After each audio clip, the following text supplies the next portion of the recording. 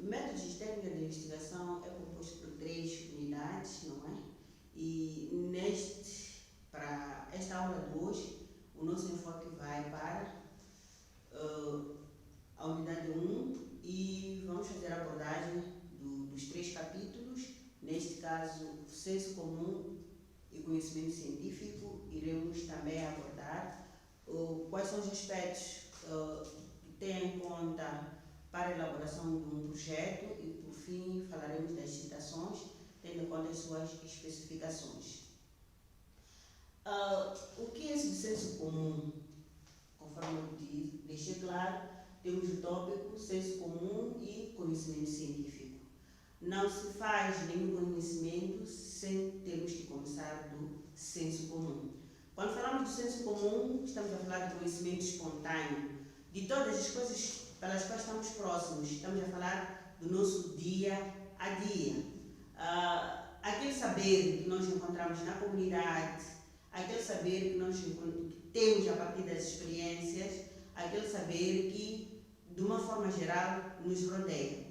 Bom, quando falamos do senso comum, estamos a falar de conhecimento que vem da antiguidade. Eu já, conforme tinha dito, opinião particular, aquilo que é subjetivo, que parte do indivíduo, não é?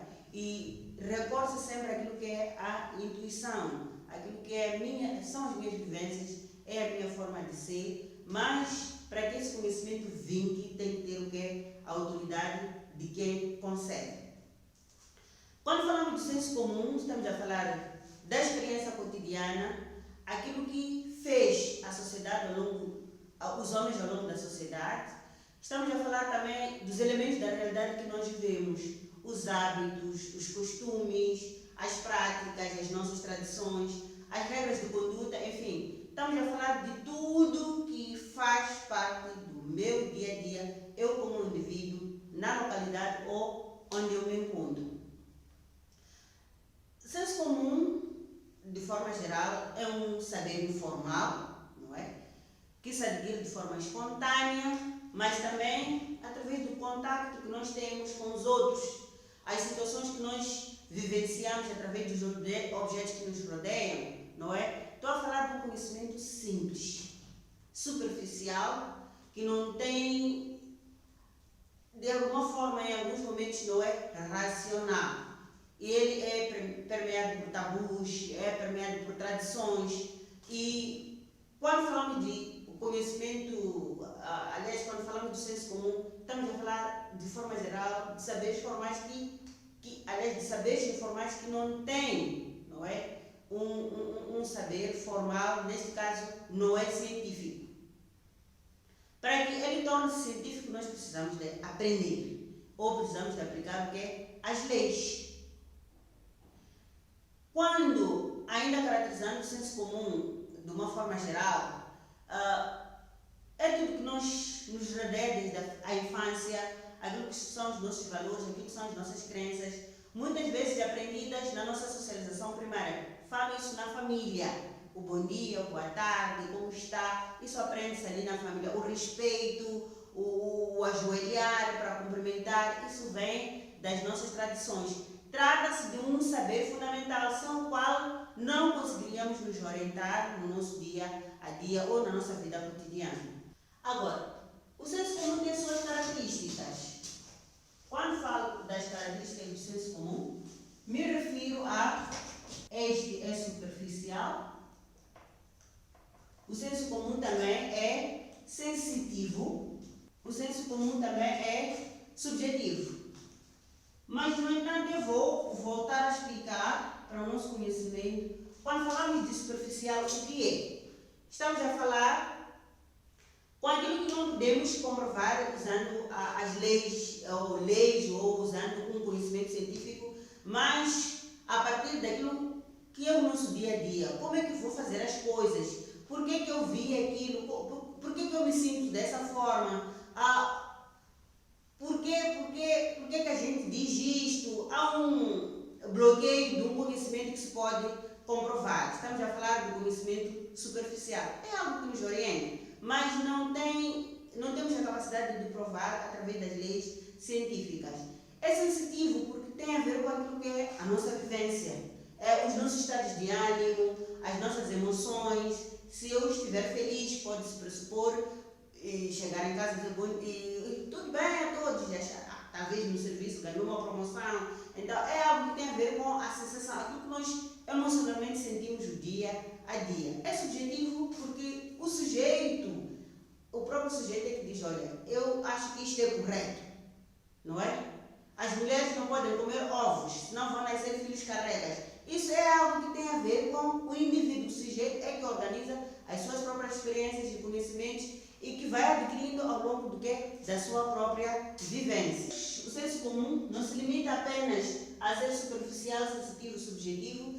Ele, de alguma forma, é assistemático, acrítico. Digo assistemático porque a organização desse conhecimento parte daquilo que são as experiências, não visa nenhuma sistematização das ideias, nem a forma de como se adquire esse conhecimento, nem tenta-se validar esse próprio conhecimento. Não existe algo sistemático de igual. Se eu disser a mulher grávida não pode comer ovos, senão o filho vai nascer careca, a partir disso existe como comprovar. Então, de alguma forma não existe a parte que sistematiza esse conhecimento.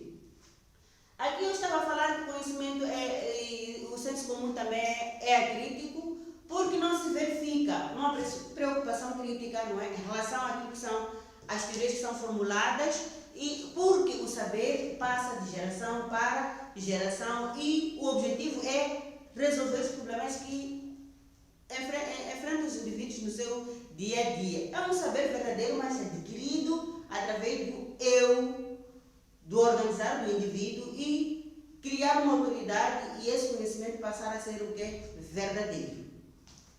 Agora, antes de passar para o conhecimento científico, temos que reter as características que este é superficial, sensitivo, não é? Subjetivo, não tem como comprovar, é assistemático e é acrítico. Agora, é importante deixarmos aqui alguns aspectos ligados àquilo que é a importância do próprio senso comum. Bom, conforme eu estava a dizer, apesar de ser um conhecimento espontâneo, um conhecimento vulgar, de alguma forma é a primeira compreensão que nós temos sobre aquilo que nos rodeia, o mundo real, é uma herança que nós adquirimos através daquilo que é o nosso viver e também das experiências, não é? Das experiências que nós adquirimos nas nossas vivências dentro da sociedade. E, de alguma forma, o senso comum nos ajuda a fazer julgamentos e também a estabelecer alguns projetos da nossa própria vida e adquirimos alguma convicção e confiança para podermos agir. Para dizer que não podemos, mesmo para passarmos para o conhecimento científico, de alguma forma temos que começar a partir do senso comum. São leis universais, mas das nossas vivências, a partir de um protótipo simples, pode-se desenvolver algo cientificamente bem desenvolvido, mas partiu de uma ideia simples. E essa ideia que achamos que ela é simples é o conhecimento do senso comum. Agora, vamos falar do conhecimento científico. Conforme eu disse, temos aqui o senso comum e conhecimento científico. Quando falamos de conhecimento científico, é uma palavra, um termo que vem da ciência, não é? Que significa aprender, conhecer, e Lacatos e outros, Marconi e vários outros autores que estudam metodologia, nesse caso o Gil, existem vários outros, falam do conhecimento científico como uma sistematização de conhecimentos, mas essa sistematização deve envolver o que? A ciência, que também a ciência é um conjunto daquilo que são preposições, mas que tenham lógica e correlação entre o comportamento e aquilo que são os fenômenos que nós desejamos estudar. Não podemos, conforme estava aqui a explicar, ciência, a partir da ciência podemos correlacionar certos fenômenos e daí tirarmos algumas relações, razão pela qual temos feito muitas pesquisas científicas para comprovar se realmente isso é falso ou refutamos ou concordamos com algumas ideias. E a partir da ciência também, encontramos aqui um conjunto de atitudes, não é? Porque a ciência nos dá racionalidade, a ciência nos dirige para um conhecimento objetivo. Já estamos a sair do subjetivo para o objetivo, capaz de se fazer o que é uma verificação. Quando falamos de conhecimento científico, estamos a falar de algo que tem um caráter e atitude na busca da verdade, mas essa atitude, estamos a falar da atitude científica. Agora, temos características também do conhecimento científico que diferem do senso comum. Neste caso, estou a falar da objetividade,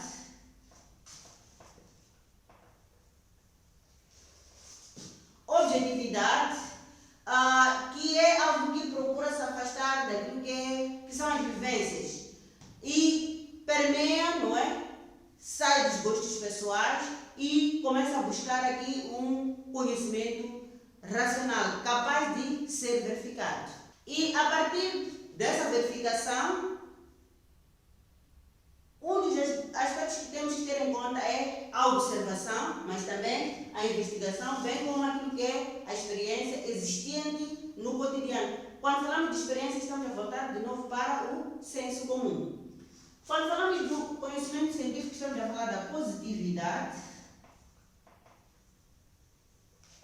Positividade, estou a falar de fatos que nos levam a uma submissão capaz de fiscalizar aquilo que é a experiência, não é? Quando falamos de positividade, aqui há um renegar, há uma renúncia àquilo que são explicações que têm a ver com o conhecimento individual. Estou a falar nesse caso de magia, espíritos, deuses, algo que tem a ver com a sobrenaturalidade, para entrarmos nas leis universais. Significa que buscamos algo racional para nós podermos comprovar se realmente existe ou não existe.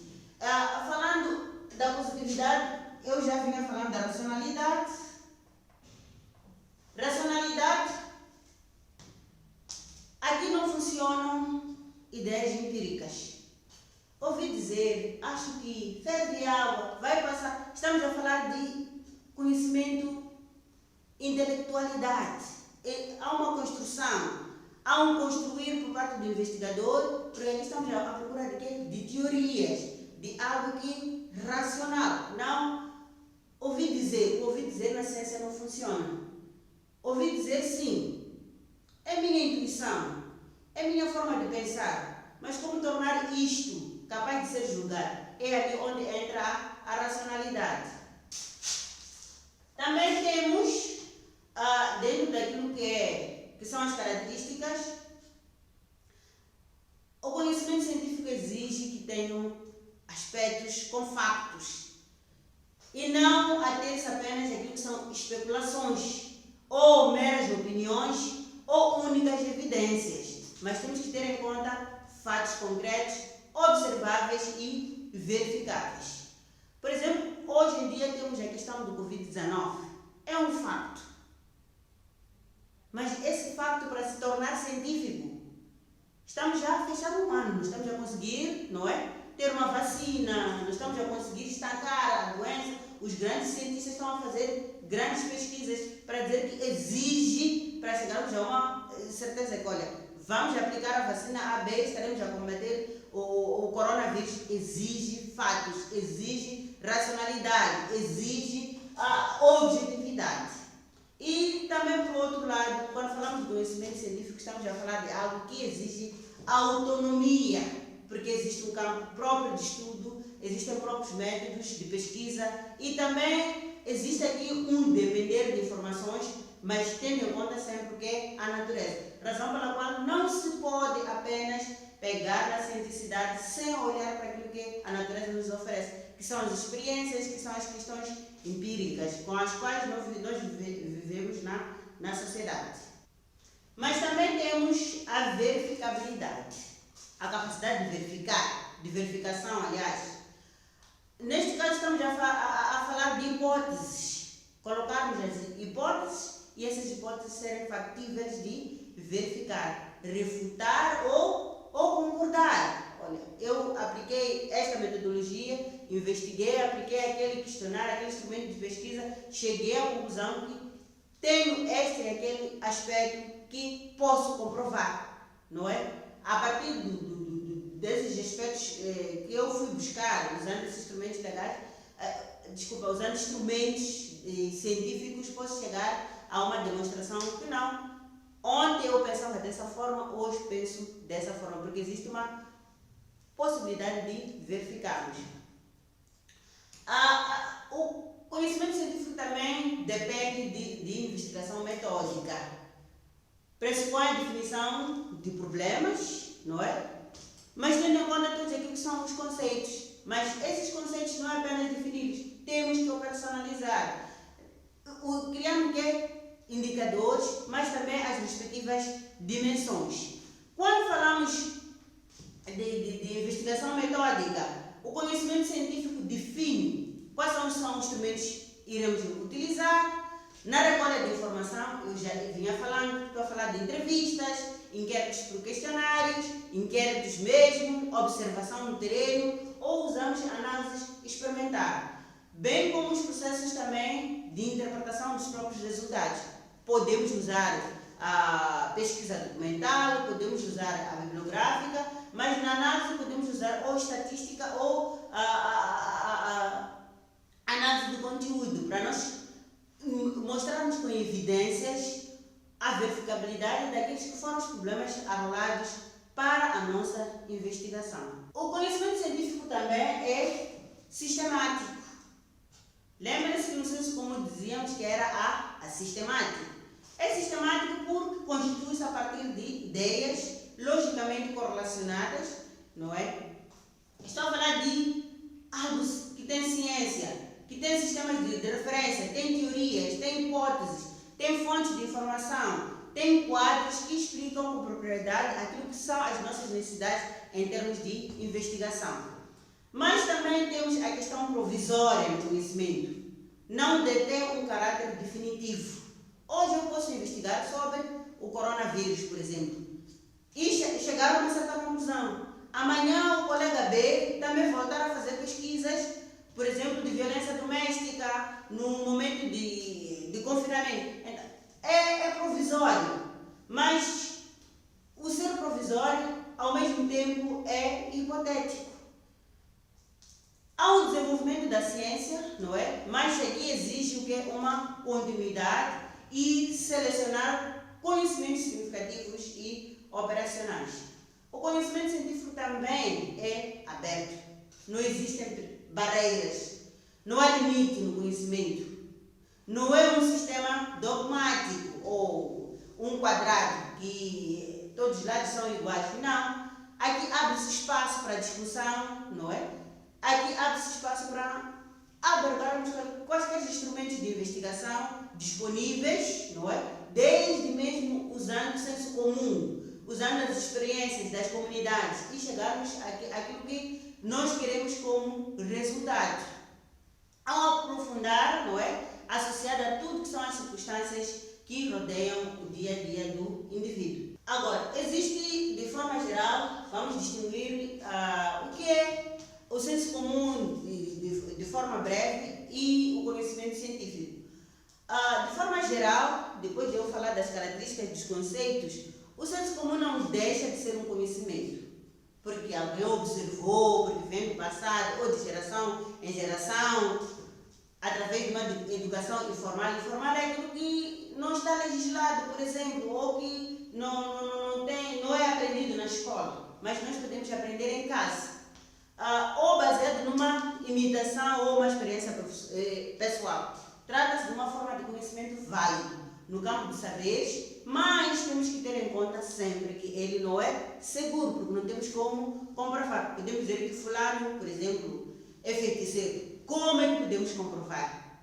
Mas a região onde se encontra esse feiticeiro todos podem até mudar de caminho, achar que não posso passar em frente daquela casa porque vive ali o feiticeiro, porque isso criou-se um dogma, aquele indivíduo é isto, então as vivências, os meus filhos, os meus netos, irão sempre crescer de geração a geração a saber que ali viveu um fulano xixi que era o suposto, não é? Então, não é seguro, ele é superficial, mas de alguma forma pode nos orientar para termos uma ideia e trazermos uma segurança. E no conhecimento científico, conforme eu já tinha dito, é necessário o uso de métodos que possibilitem, não é, sair de uma posição de mero passivo espectador. Eu tenho acompanhado muito nos vossos trabalhos práticos, não importa em que área de estudo o indivíduo está a frequentar, a área de conhecimento, todos, porque o problema agora é a Covid-19, a investigação é Covid-19, retirada de pessoas dos passeios, mas o que é isso para mim é marketing, o que é isso é psicologia, o que é isso é economia, o que é isso é direito. Então, de alguma forma, não pode começar da passividade. É aquilo que é a problemática agora, vamos buscar e desenvolver. Não podemos também ter apenas as vivências, porque nós não temos muito conhecimento, agora neste momento que estou a gravar, sobre o Covid-19. Então, como é que nós vamos buscar a cientificidade do Covid-19 se ainda está a trabalhar para chegar a uma conclusão do que realmente é a doença, o que nós temos que fazer? Porque existem muitos outros aspectos que foram desenvolvidos de forma empírica, que são as experiências que o país A, B implementou e que não estão a dar certo. Então, significa que exige ciência, exige racionalidade, exige objetividade. Agora, ainda no conhecimento científico, estamos a falar de passar de algo passivo e problematizarmos, mas com atitudes racionais e lógicas, que buscam, acima de tudo, entender através de várias dúvidas e questionamentos, não é? E, de alguma forma, encontrarmos métodos capazes de promover a epistemologia, que é o conhecimento. Agora, vou passar a falar dentro desses aspectos do método científico. O que é que vem a ser o método científico? Gostaria de vos ter aqui na sala para discutirmos um pouco mais, não é? Estou a falar de um conjunto de procedimentos intelectuais e técnicos que são necessários para que a investigação ocorra. Estou a falar de algo que tem a ver com a razão precisa.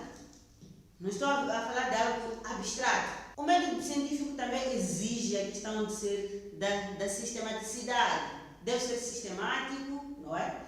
E o método científico, ao recorrermos a ele, deve ser capaz de ser testado e comprovado por outras pessoas dentro daquilo que é a comunidade científica. Exige, neste sentido, o uso de métodos. Quando falamos de método, estamos a nos referir para essa nossa primeira unidade de método dedutivo e o método indutivo. Dedutivo. Estou a deduzir aquilo que já existe. É algo que as pessoas já conhecem, que já acham que é verdadeiro.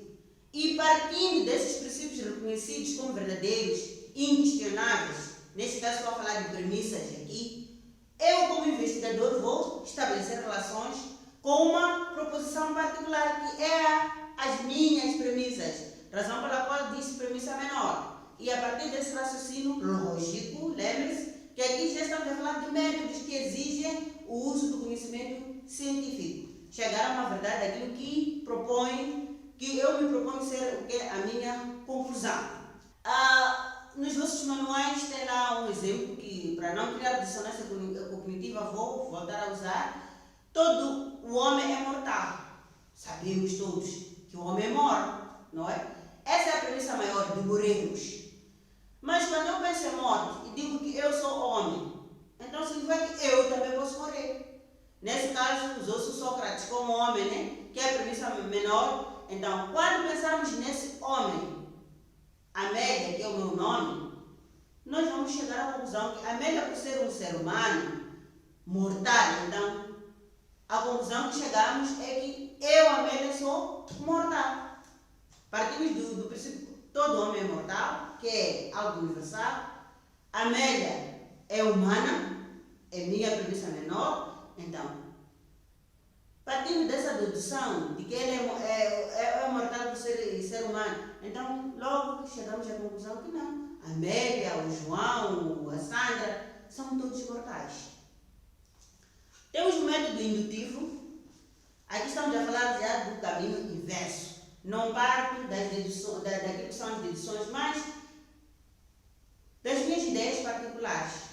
Por meio da minha observação criteriosa, venho olhando os fenômenos, não é?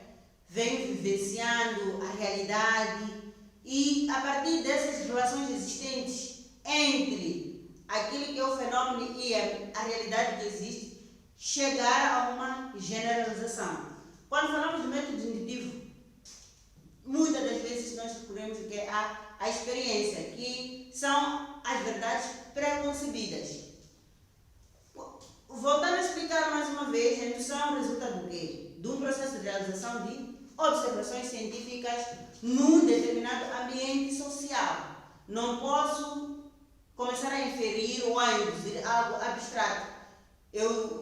Por exemplo, para quem quer estudar o comportamento das crianças na sala de aulas, deve-se fazer o quê? A sala de aulas e desenvolver um guião que vai a conduzir a chegar a uma conclusão sobre o comportamento dos alunos de 0 a 6 anos na sala de aulas. Não posso pressupor que tenho um filho de 6 anos em casa e dizer, olha, todos os filhos são assim. Já não estou a falar de dedução, estou a falar de indução, que exige observações e exige um trabalho um pouco aturado para eu chegar aos resultados e construir a partir disso uma teoria que possa explicar esses fenômenos. Por exemplo, no vosso manual vem cobre conduz energia, zinco, estamos a falar de metais, cobalto. Então, por esses todos serem metais, zinco, cobre, cobalto, chego nas minhas conclusões ao pegar todos os metais e experimentar se conduzem ou não energia. E realmente, depois das experiências, das observações que eu tive, o contato com o objeto, chego à conclusão que realmente esses metais conduzem energia. Eu não concluo por ver cobre, por ser cobre eu logo vou dizer conduz energia, estaria a deduzir, mas eu estou a falar de indução. Mas será que o zinco também? Cobalto também? Então chego à conclusão que sim, por serem metais, podem conduzir a energia. Agora vou falar no capítulo 2. Já falei do tópico 1.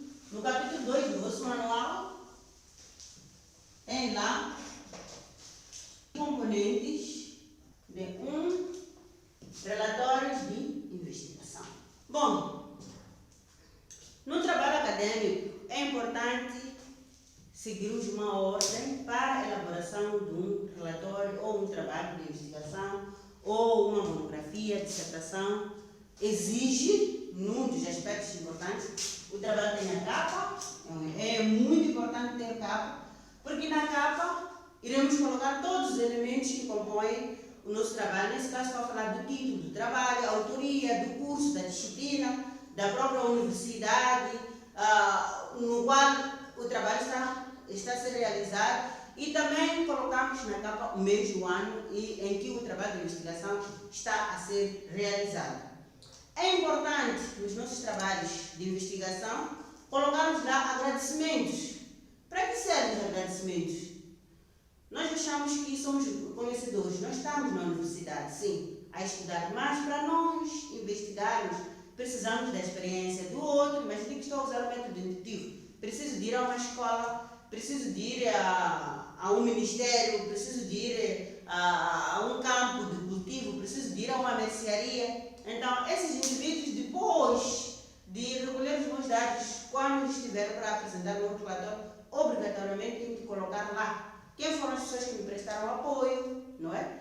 Nesse caso, estou a falar de diversos atores, professores, os ingridos, os entrevistados, as pessoas privilegiadas, mas também, às vezes, temos trocado experiência nos nossos WhatsApps com os nossos colegas, e quando chega o dia da defesa, já não nos lembramos.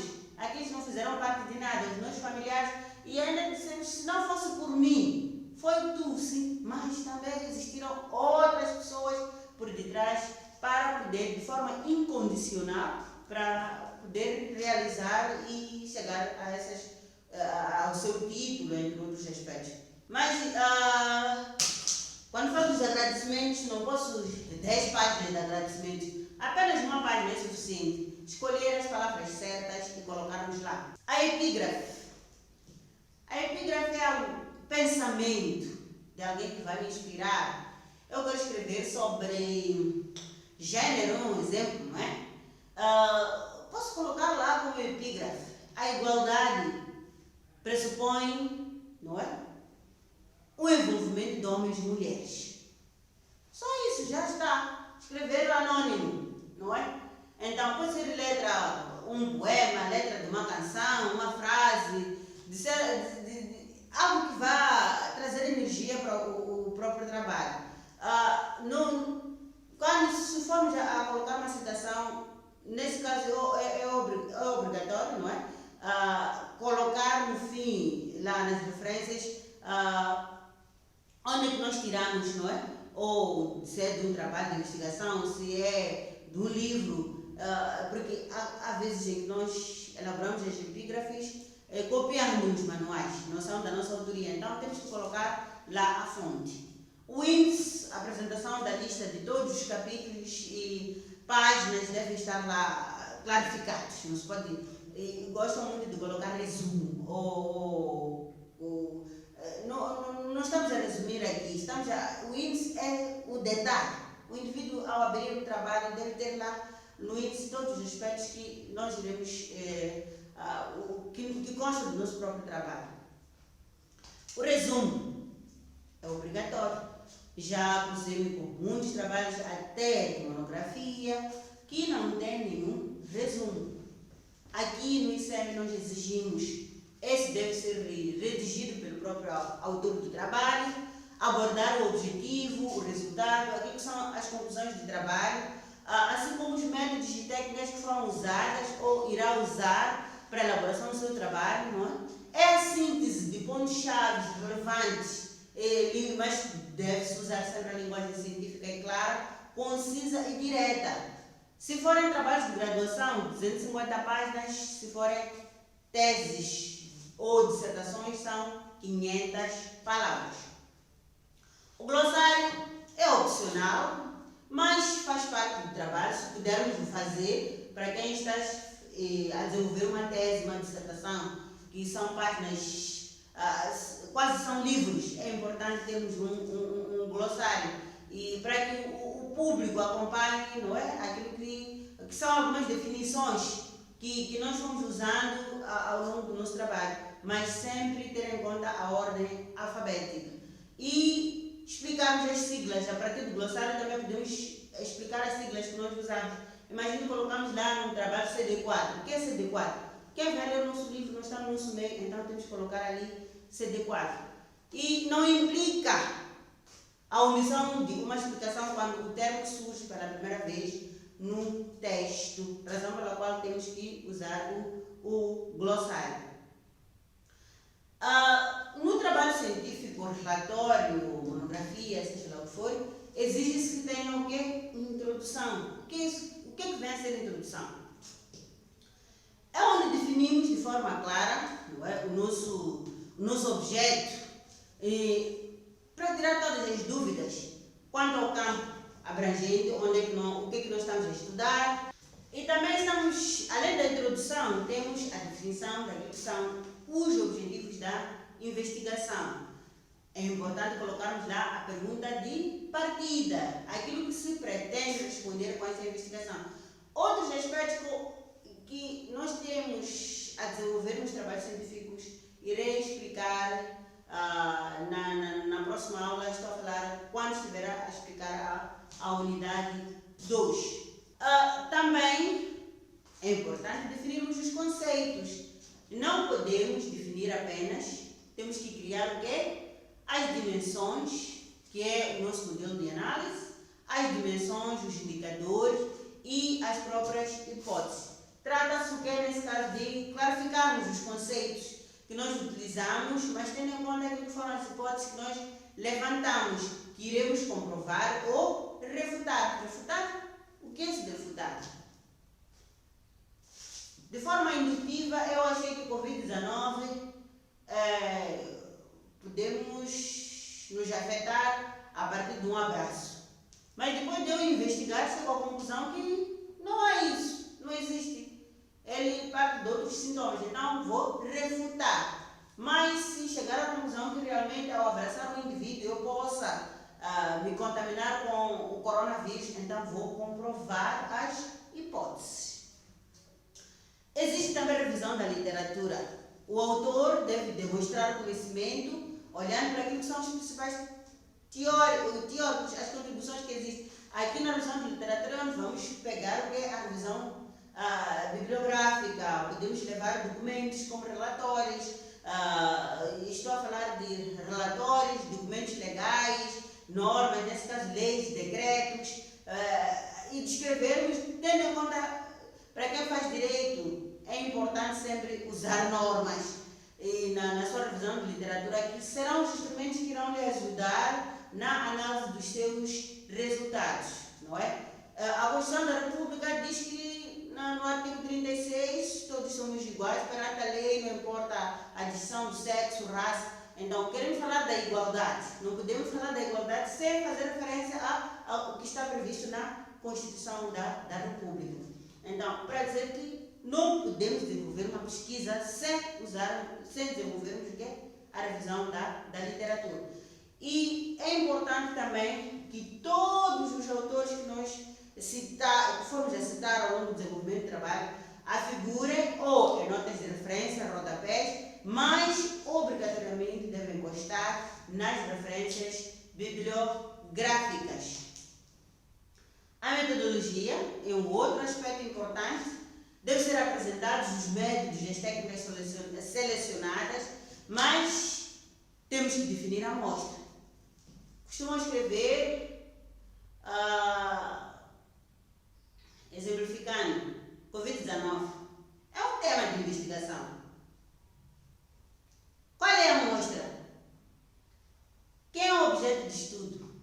Mas está lá, Covid-19, como tema de investigação. E é um tópico. Covid-19 aonde? Quem que eu quero investigar sobre aumentos ou desenvolvimento de coronavírus ou infecções comunitárias?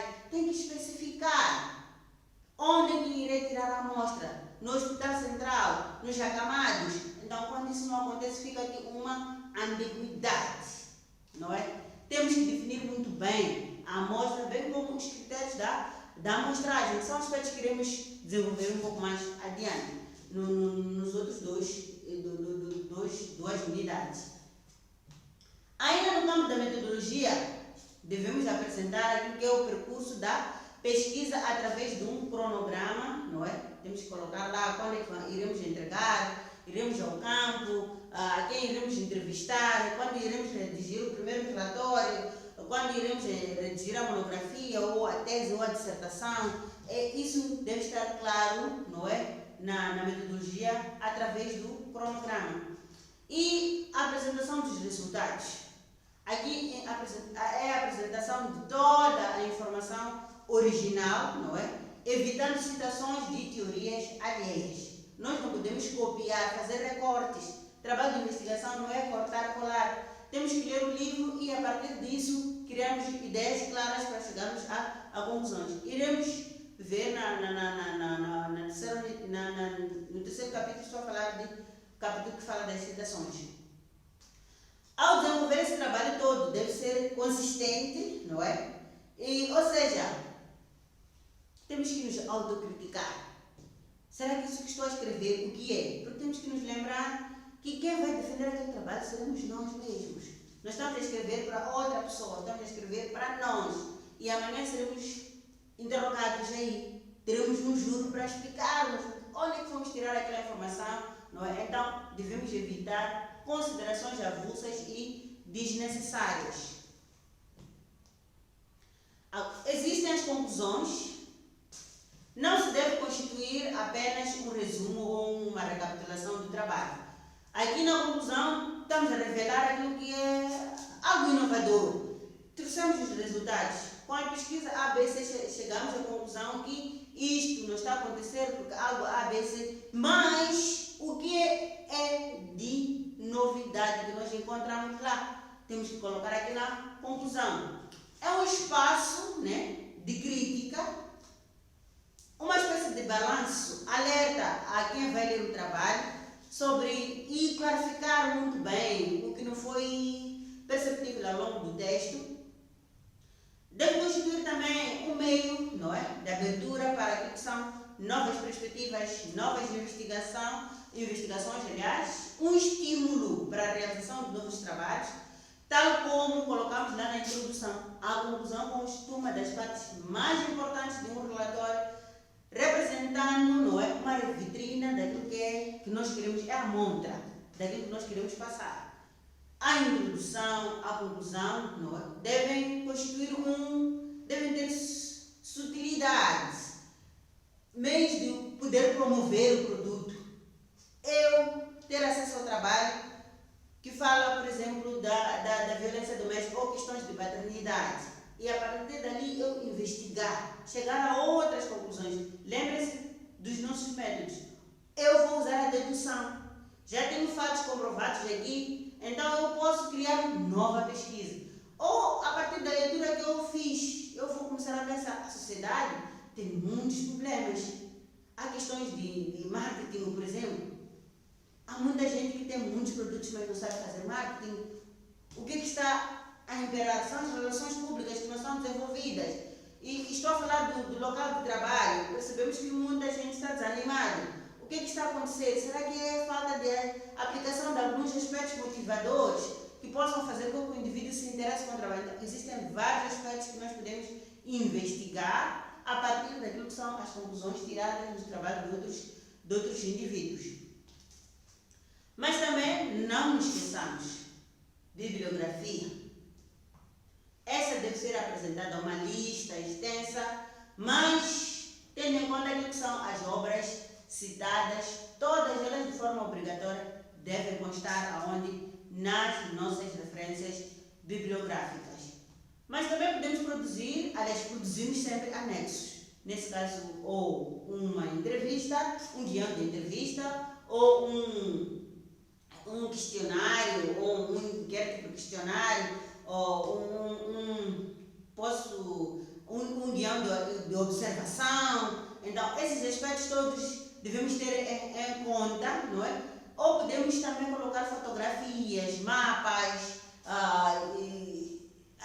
diversos aspectos que nós usamos, estatísticas, porque eu posso fazer uma análise usando estatísticas que já foram produzidas. Eu quero perceber a população velha, por exemplo, quero estudar algo que tem a ver com a demografia. Aliás, tem que estudar algo que tem a ver com a população mais de uma idade X. Então, não preciso de andar atrás de todos os velhos. Posso ir através dos dados do Instituto Nacional de Estatística, eu chegar a algumas conclusões que ou temos uma população velha ou temos uma população jovem. Os anexos devem ser enumerados e constar, não é, de folhas separadas, inclusive no índice. Quando estivermos a elaborar o nosso índice, temos que colocar anexos. O anexo A, B, C, D, para ficar claro que esse nosso trabalho que vamos apresentar tem algum anexo no finalzinho. Agora, último tópico, vamos falar de quê? Nesta nossa unidade 1, vamos falar das citações, referências e citações.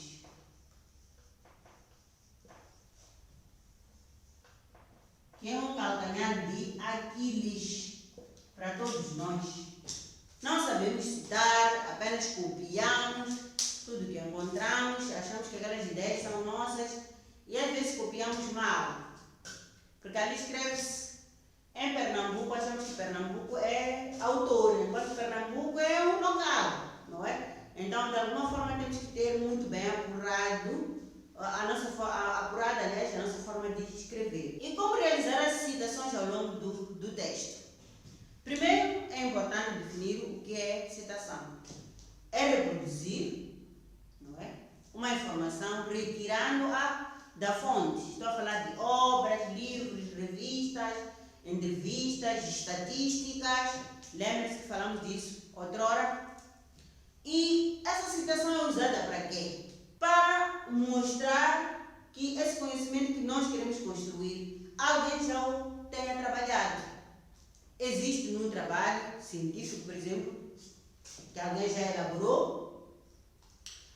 O objetivo é sustentar essas ideias da nossa pesquisa que queremos fazer ou que nós nos propomos fazer e ajudar-nos a chegar a conclusões, mas tendo em conta que obras já publicadas. No trabalho acadêmico, é importante isso que vou dizer, a citação é um elemento essencial. Eu tenho certeza que nos vossos manuais, a primeira página diz plágio. Está escrito lá, plágio é crime. Se nós não citarmos, estamos a cometer um erro grave. Utilizar a ideia do outro autor e não citá-lo é grave. Nós temos obrigatoriamente que citar a informação onde nós vamos recortar, não é? Onde nós vamos buscar. É importante mostrar através das citações. Existem 3 tipos de citações. Nesse caso, estou a falar de citação direta ou textual. O que é que vem a ser esta? É uma reprodução literal de um trecho, de uma obra, com todas as características originais. Essas citações acontecem quando o autor realiza uma cópia fiel do texto, não é? Usando as mesmas palavras. Nesse tipo de citação, temos que usar aspas e que indica claramente o início e o fim da citação. Esta deve ser realizada, mas tendo em conta a colocação da página, onde nós retiramos, não é? O trecho ou onde nós copiamos o trecho. Citar direto, eu pegar o conceito, cortar todo ele, sem dizer outras coisas no meio. Principalmente conceitos. Os conceitos vigoram como citações diretas. Quando se trata de uma citação direta, ela deve ser muito bem estruturada, não é? Temos que ter em conta que vamos colocar as aspas, ou podemos começar segundo o autor A, ou podemos colocar o autor no fim, mas quando colocamos o autor no fim, temos que ter em conta que é autor, ano e a página. E quando começamos também é o nome do autor, ano e a página. Todas as citações diretas são indicadas quando nós queremos citar um determinado entrevistado, cujas as palavras não queremos parafrasear. Citação direta não é para parafrasear, é cortar ou copiar de forma literal tudo que está ali para o nosso trabalho de investigação, nossa tese ou um outro aspecto que nós queremos desenvolver. As citações indiretas, o nome já diz, indireta. Aquelas em que o autor exprime a mesma ideia do autor do livro, mas pelas próprias palavras. E não necessita de aspas, não é? Qualquer frase, uma vez que o texto está escrito nas palavras do investigador, nós não precisamos de reproduzir. Nós lemos um livro, achamos que aquela ideia é importante, então temos que escrever segundo João, na perspectiva do Feijó, segundo Rua, segundo Mongói. Não copiarmos também. O trabalho não pode ser feito apenas de citações diretas, porque perde aquilo que é a sensibilidade do próprio trabalho. Quando falamos de citações diretas, estamos a falar de emprestar as ideias, não é? Podem ser preferíveis em relação às citações diretas, uma vez que não só conferem a originalidade minha como quem está a escrever, eu o investigador, mas também exprimem o pensamento dos outros, mas usando as minhas próprias palavras. Tenho que evitar no máximo a transcrição sistemática das palavras dos autores, porque de alguma forma serei obrigada a colocar itálico em todo o trabalho, a colocar aspas em todo o trabalho. Quando falo de citação indireta, o importante é o autor ano, não é? Ano. Segundo fulano, ano, apenas já estou a mostrar que eu li o livro do fulano no ano X, mas quando são citações diretas, tenho que colocar ano, autor, ano e página. Citação de citação constitui uma referência, não é?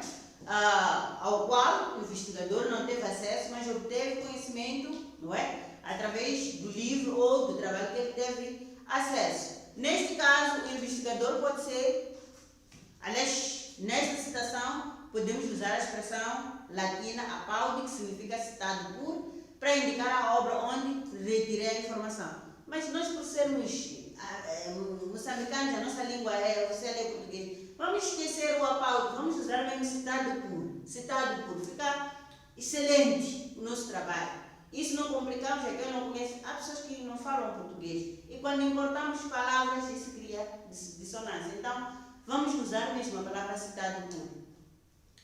Especificamente, ao fazer esse tipo de citação, o investigador deve colocar o sobrenome do autor do texto original, incluindo o ano da publicação, bem como seguido da palavra citado por, e no fim colocamos aquilo que é a citação da obra onde nós tivemos acesso. O importante aqui a reter é que eu tive acesso, não é? O autor do trecho é Feijó, por exemplo, não é? É o livro que estou a ler, mas o Feijó, dentro das suas escritas, e citou, por exemplo, João. Então, na citação, eu vou dizer, segundo João, citado por Feijó. Estou a mostrar que eu li o livro do Feijó, mas as ideias que o Feijó me trouxe são do João. Além de usar a palavra apaude, você pode usar, já tinha falado sobre citação, não é? Ao fazer o seu trabalho, nesse caso, eu já expliquei esse aspecto. Os autores, nos livros que nós temos tido acesso, normalmente eles citam outros autores. E os autores que devem constar na nossa referência bibliográfica é aquele que nós temos acesso agora. É o livro de Feijó. Não os autores que o Feijó citou. O livro do Feijó. Isso é que se chama citação da citação. Mas se nós quisermos colocar o João, porque é importante o que ele escreveu, podemos fazer a partir de uso de notas de rodapé. Colocarmos ali algum rodapé, dizer que o João é cientista, não sei o que, não sei. A explicarmos ali a importância do porquê a repetitividade do uso do nome desse João ao longo do texto. Agora, já falamos das 3 citações, vou falar da lista de referências bibliográficas. Existem várias formas de fazermos, mas aqui no ICM, as nossas diretrizes recomendam o uso do modelo APA. Nesse caso, autor, data, título e autor, data, que coincide com o ano, o título e o local da publicação. A lista das referências deve ser feita tendo em conta a ordem alfabética dos apelidos dos autores. Atenção, não, apelidos dos autores. Deve constar, esses são elementos obrigatórios. Eu já expliquei. Autor, que escreveu a obra, o artigo, o capítulo ou uma comunicação qualquer, o artigo científico. A data da publicação, estou a falar do ano. O título, onde se extraiu, como se chama a obra, o título, o nome que consta na capa do livro, o local onde foi publicado esse texto. Nesse caso, Bahia, Alexandre, reflexões sobre o espaço urbano. O Bahia é o sobrenome, o Alexandre é o nome, o 2009 é o ano, reflexões sobre o espaço é o título, não é? Onde se publicou a cidade de Nampula, não é? Mas quem publicou é Dakar Cortesia. Por exemplo, devem seguir as referências, um modelo uniforme, dependendo de se tratar de livros, capítulos, artigos científicos ou conferências. Primeiro são livros que devemos arrolar, não juntarmos tudo. Livro, lei, decreto, não, são livros. Temos livros de um só autor, como é que nós temos que colocar? Nesse caso, já expliquei. Quando é um capítulo, o que é que nós temos ali? O apelido, não é? Nesse caso, o nome do capítulo, entre o ano, nesse caso estou a falar do ano, o título do capítulo, não é?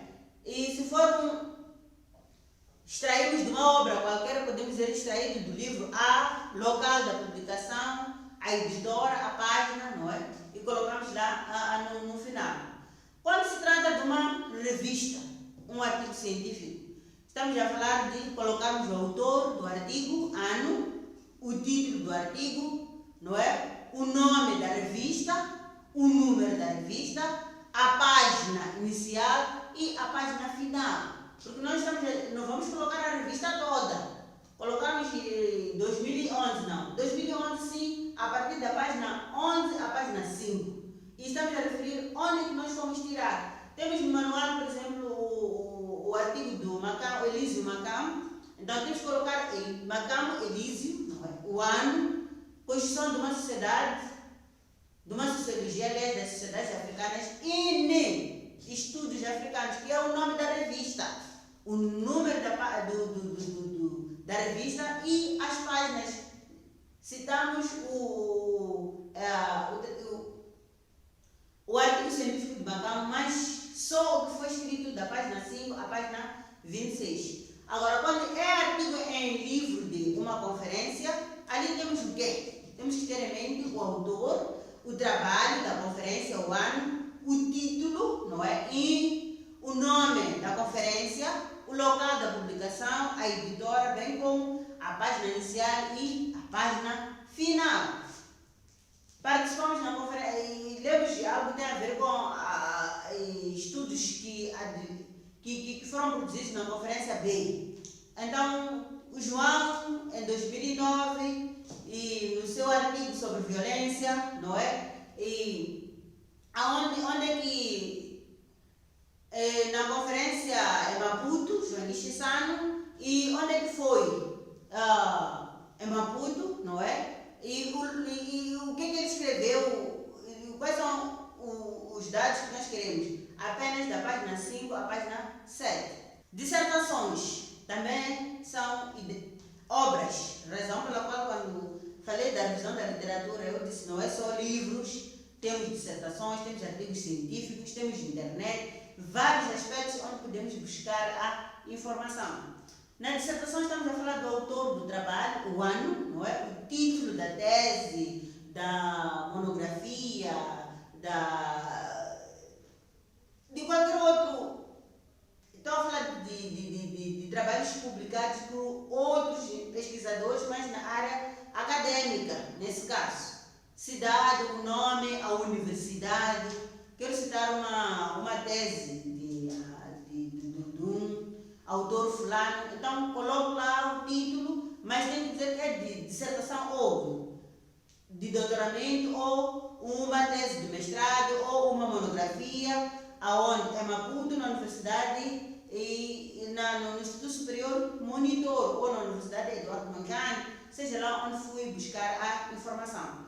Mas também posso citar a informação que vem ao longo do desenvolvimento do meu trabalho, de um relatório de pesquisa.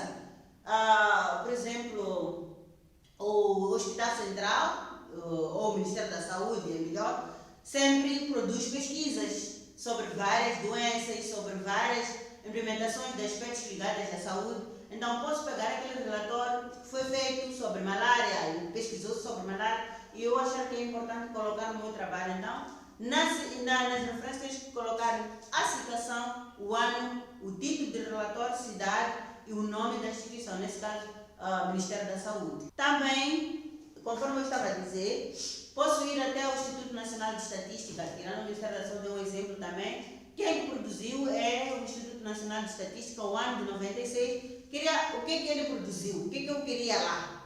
O inquérito demográfico e de saúde. Mas de que ano? De 97. Então foi um relatório resumido. Aonde que se fez? Em Maputo. Quem é a entidade? O Instituto Nacional de Estatística. O artigo retirado e consultado na internet. É importante retermos que na referência bibliográfica temos que colocar o quê? O autor do texto, data nesse caso, o título do texto, o nome do site, o o endereço na internet. O exemplo que vem no vosso manual é Langa Patrício, 2008, notas sobre honestidade acadêmica, aonde disponível no HTTP, disponível online é HTTP, depois escrevemos lá blogspot, mas quando é que nós acedemos? Temos que deixar claro, acedido no dia 17 ou no dia 5, para mostrar que nós investigamos em 2020, independentemente de Patrício ter escrito em 2008. Duas ou mais obras do mesmo autor é importante. Temos que se colocar nas referências bibliográficas os nomes, o apelido, o autor, o ano. Se em 98 escreveu um livro, vamos por A. Em 98 escreveu outro livro, vamos por B. Em 98 escreveu outro livro, vamos colocar lá C. E, por fim, termino aqui a minha aula. Espero que qualquer dúvida disponham, estarei à disposição para trocarmos ideias em relação à unidade 1, métodos e técnicas de investigação. Instituto Superior Monitor. Desenvolver competências para o mercado do trabalho agora é possível. Oferecemos licenciaturas em várias áreas, manuais gratuitos, um tutor por estudante, biblioteca digital e plataformas virtuais de ensino. Instituto Superior Monitor. O ensino à distância mais perto de si.